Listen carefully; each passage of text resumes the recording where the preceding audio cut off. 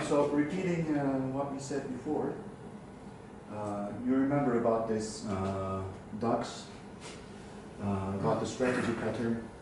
I just wanted to record, come back to this one. Normally, when we have such a case, probably one of the first things that how you be interpreting or converting this case or this request into code probably will be like this. You know, you have some mallard ducks and some redhead ducks, and you want to draw them on the screen.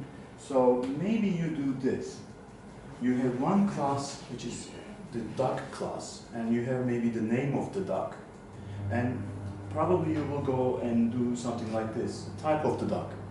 And during the construction, you will say if it is whether it is a mallard duck or what kind of a duck it is. You will put it there. Probably this is how you're going to be thinking about this. Because when I say there are types of ducks and all of them are looking differently, and then you will put some ifs and elses when you are drawing the duck on the screen, you will do this inside the draw duck with ifs and elses. So this is, you already know why this is not a nice way to do it. It is because when you want to add something new, a new type of object, you will have a problem because, well, not a problem, not a big problem, but you have to come back and write something inside this draw duck method. We don't want that. We never really want that. All of these things are coming up like, how can I do this? How can I add a new object, a new functionality without changing the existing one? Because there are side effects to changing an existing code. There might be some other connections that we are not aware at the moment, but we forget about it, or somebody else did it, so we didn't know about that. So maybe there are some side effects to it. So we prefer that to add something. If you're going to be changing something, we want to do it separately as a different object. So that is why we added this.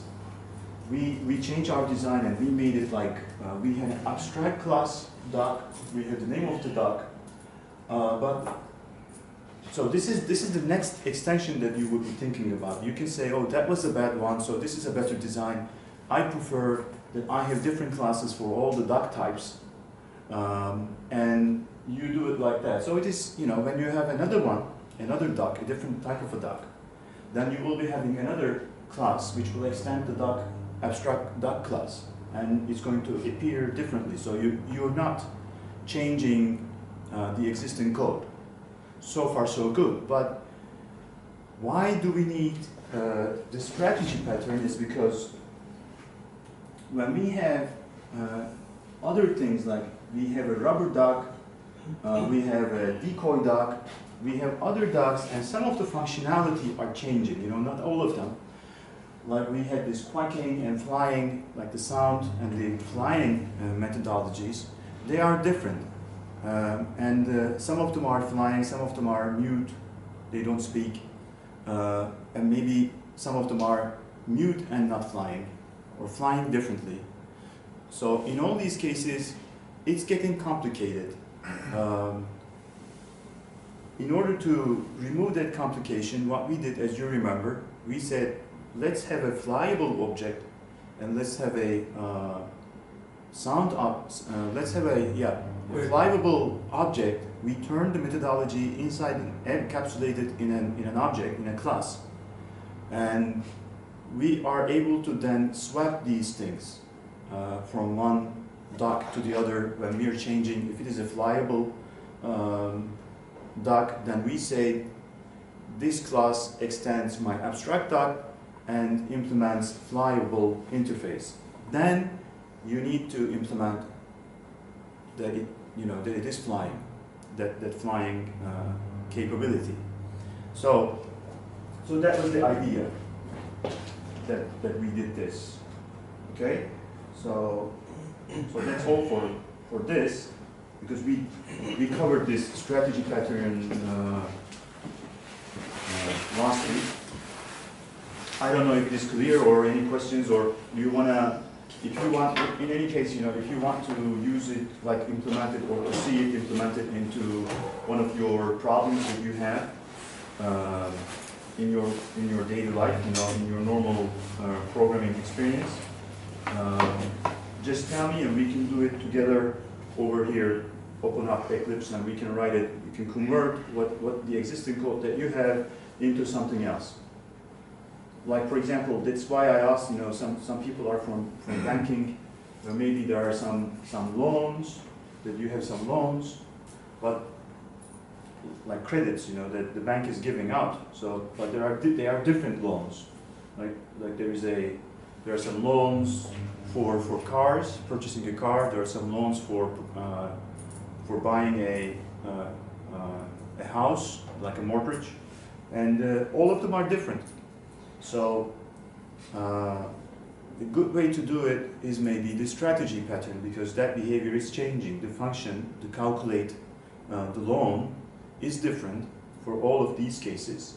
And instead of you are creating a new object, a new class each time, it's better to put it into an interface and make it a strategy pattern so you're able to change it. So it's more flexible. When you change the type of the loan calculation, like the content of the loan calculation, it's going to be applicable for all the other objects, all the other loan objects. It will be effective for all of them. Otherwise, you have to go and change each one of the loan types with the calculations. Maybe there are some calculations common in some other groups. So that's the idea why we want to have, why we want to use the strategy pattern. Okay? So let's move on to our next case. We will go like this, you know, pattern by pattern. You know, this is how it happens. So it's nice with this class that all of them are single, like little pills that you learn about them. So the next one is the observer pattern that we will talk about step by step. All right, so in this case, let's have this example. We have a real weather station, like a real object in the physical world, taking measurements, and it has an API that is talking to one of our objects, the weather data object, and this object is providing us all the information that this weather station is reading, humidity, temperature, and pressure that it reads. And what we want to do is, by the way, we have some display devices, and all of these display devices are showing some kind of information, but not the same information. We have some type of display devices. They are displaying the current situation outside. There are some other display devices who are showing only the statistics, like a graph or something. So it shows on a graph, on a timeline, all the data about the temperature, humidity, and pressure. And maybe there is another display device, a type of display device, and that is showing the forecast. Or maybe there are some others. You know, there may be a smaller display device only showing the temperature. These are all types, and we don't know what type of a display device in the future the customer will be asking for.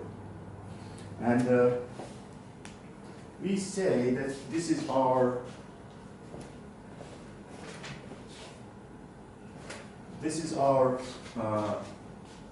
class, this weather data object. You say you can call these functions, these methods in it, get temperature, humidity, and pressure. And there's another one. It says measurements changed. Whenever there is a change in the measurement, we know that this part, you know, the part that this is something that we purchased from some company, this device, this weather station, and they told us, okay, this is your class, and well, we will call this measurements change method whenever something changed, a measurement is changed. We will call this, and then you will know that the temperature has changed, for example. So this is how it works. So in order to, and as I said, there are some other, some different types of displays we do have, and now we want to have this one work. So, well, the first thing is that comes to my mind when I have something like that. So that means that I have several displays, current conditions display, statistics display, and forecast display, and all of them will display in something. Then I will immediately do a supertype, like a interface, and call all of them a display element in order to make it more coherent. This is the first thing that we want to do, right? I mean, everyone with the right mind in object-oriented programming would do this. That's okay. But then let's see how we will go on.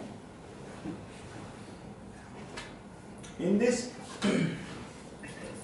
weather data, we have these measurements changed, as I said. There was some other stuff here, there was some other code here, but let's look at only the measurements changed method inside it. And here's something like, I'm writing something like this.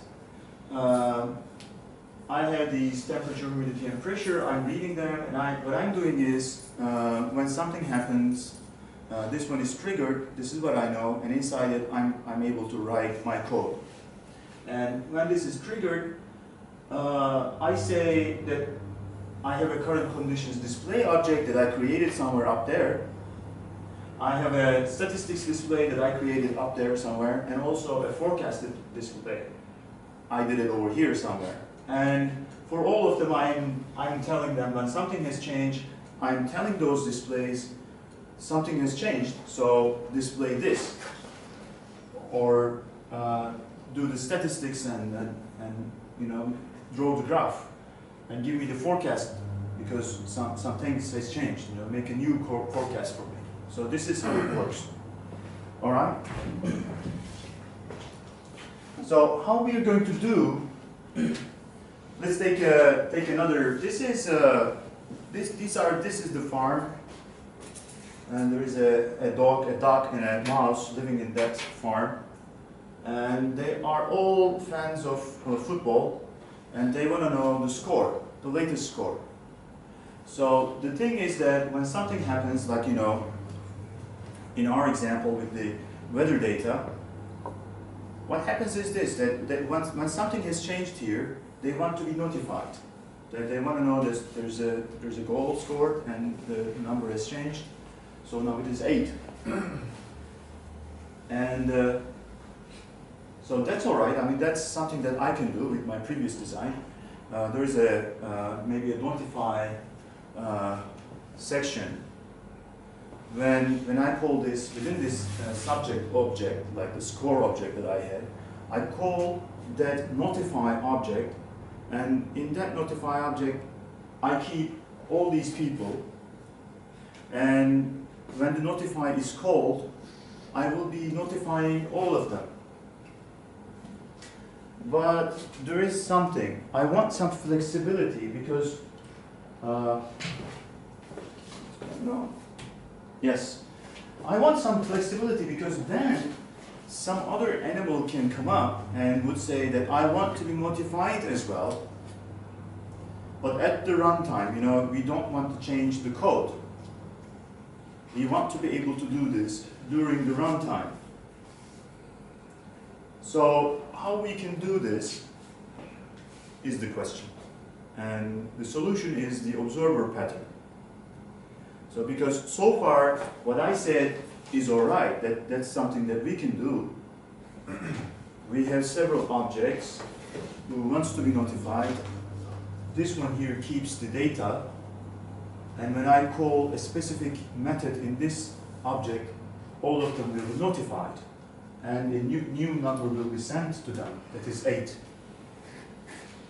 And, but the problem is, I want this flexibility that when when a new object wants to be notified as well, it has to be included in here. I think that is not a big, there's not a big difficulty here too. So this is exactly how I said it, what I said. There is a notify score, and all of them will be notified by calling this update function. And since all of them has an update function, what I can do is I can say, okay, let's call them observers. These are all observers. Since while they're observing, they want to know, they want to be notified.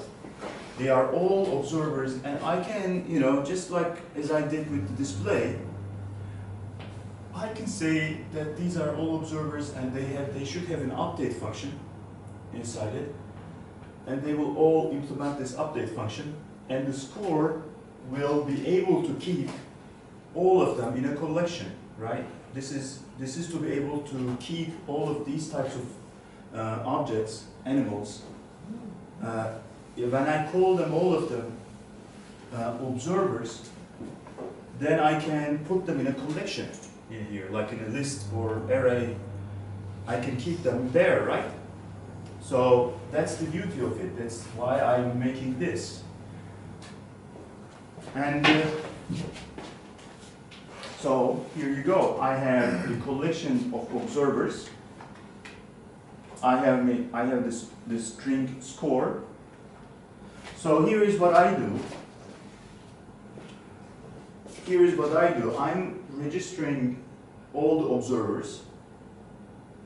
I'm removing observers. I'm notifying observers. So that's serving the purpose.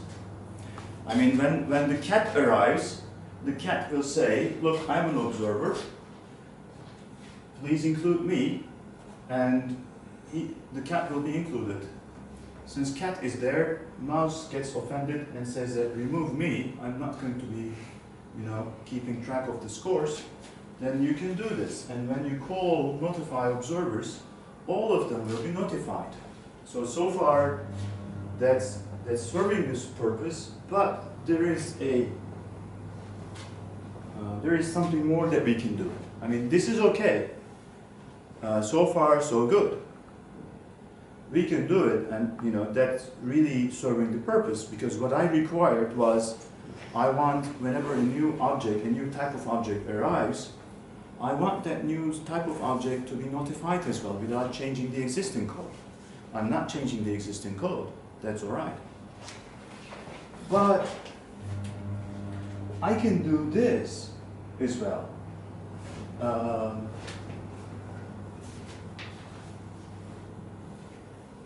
Why not to take all this observing phenomena, take it out of here, so that I can maybe in my code, I will be observing some of the stuff.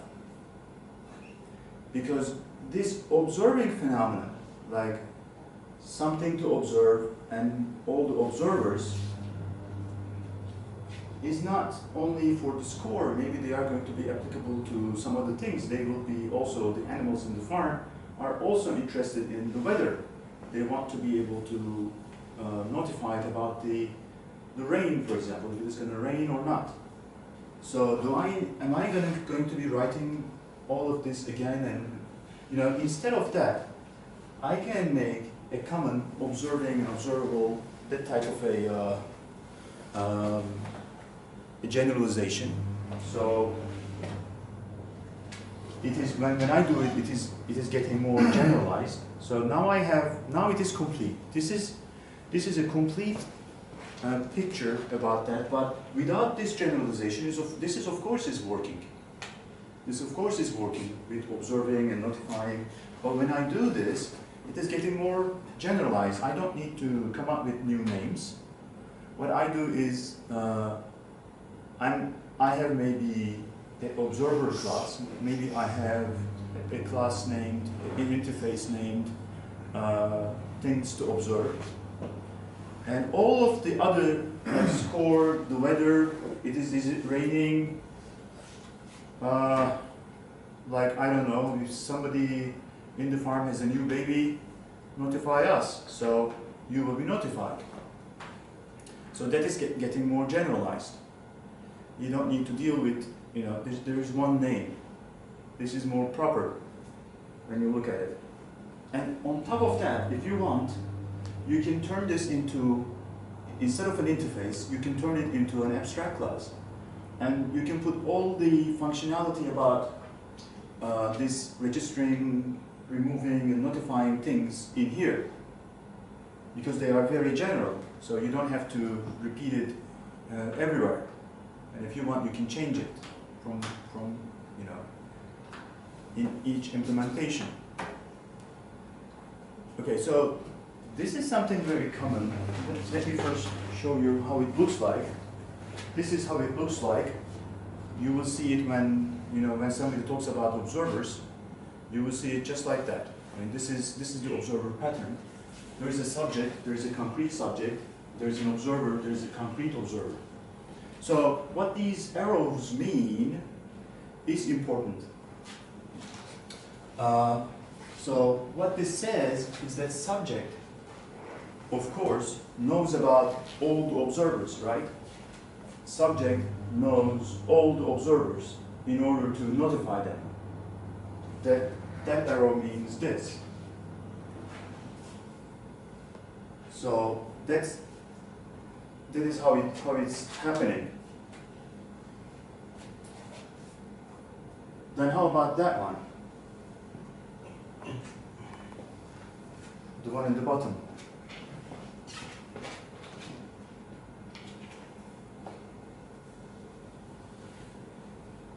Why we would need that? Let's take a look. Go back, maybe. If I can. No, not this one.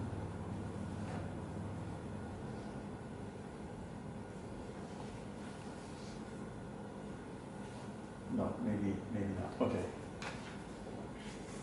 What do you say? Why do I need to know the concrete subject? Let me see, do I have an example? No, I don't. So I'll try to help, rephrase. So remember, let's take one example. It could be the... It doesn't have to know it. So. Does it? Yeah, good. Let's talk about it. Open up. Okay. As far as I know, my knowledge of UML is not very fresh, but that's like a hazard relationship. So a subject has a collection of observers, so it knows about the observers. Yeah, so the top it one. carries a pointer to the observer. Yes. Kind of within the object itself. So, but the reverse does not have to be true, because concrete subject is going to call concrete observer still, and concrete observer True there. But we Yeah. say that this one is not going to call this one. no. When do you think that will be necessary? We need to To call register. the concrete observer would, sorry? To register. No, what I say is that the concrete observer has inside it as a, as an item, it has the concrete subject. Yes, if it wants to register to a specific subject, then it must have the pointer to the subject. Okay, but how you would normally do that? Do you do normally inside it, Not or a manager has. yeah, a manager should do it? So I'm not sure. Like this is saying like, okay, I'm a concrete observer, and I know, What subject I'm for? yes, what subject I'm following, or what subjects I'm following maybe, or what subject is I'm following. When there are more than one concrete subject, let's say concrete subject 1, concrete subject 2, so if concrete observer is observing more than one subject, the update function may need to include both functions of the subjects to update the value. Let's say if one weather data is coming and one score data is coming, but there is only one update method. So the observer, concrete observer update function may take as a parameter of the object of the subject. Okay, what Selçuk is saying, are we able to follow? Let's suppose that all the cats, the animals in the farm would like to know the score data and be updated about that, right? But at the same time, they want to be updated about the weather data. And the update function will only take a parameter of the subject, not concrete subject 1 or concrete subject 2. So when he takes the subject data, it has to resolve which subject is it? How? Is it concrete subject 1 or 2? So you're going to be, your thinking is to put an if and else statement inside the update? No, I haven't thought it through. That's interesting.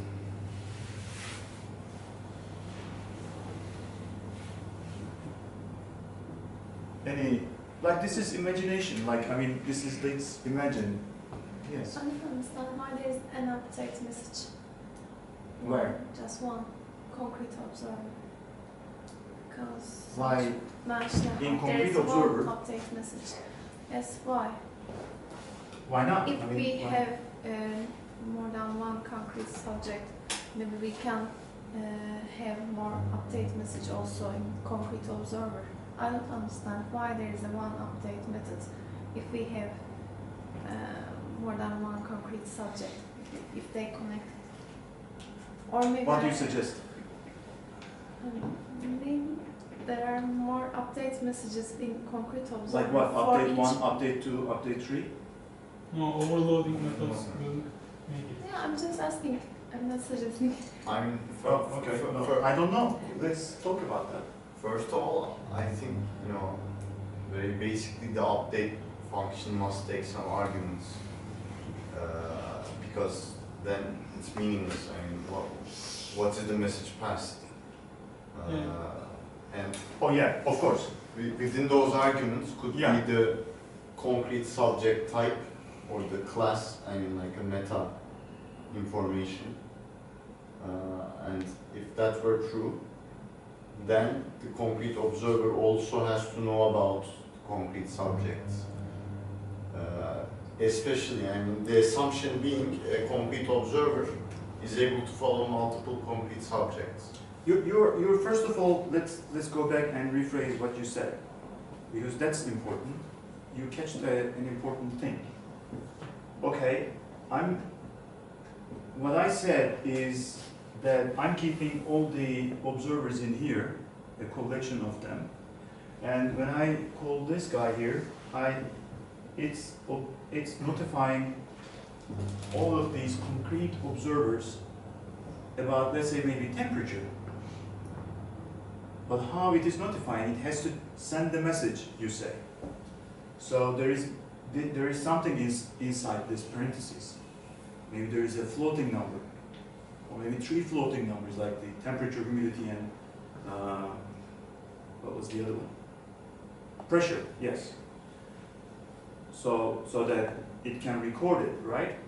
So that's one thing, that's important. And then what you said? Within those arguments, the concrete subject could also send through the class type, I mean, like the meta information of the object itself, which is possible. I mean, Of who? of the concrete subject. I am this. I am this subject. Okay. And You- it doesn't so even it can have to send hold it- it. It can send itself. No, it doesn't have, no. If it sends itself, Okay. then it's a Then I memory don't problem. know. Yeah, but it can send like a pointer, I mean, like, say like, okay, this in Python you have like double underscore functions. No, to there is in Java as well. So Yeah, maybe so- maybe C type or of C++. this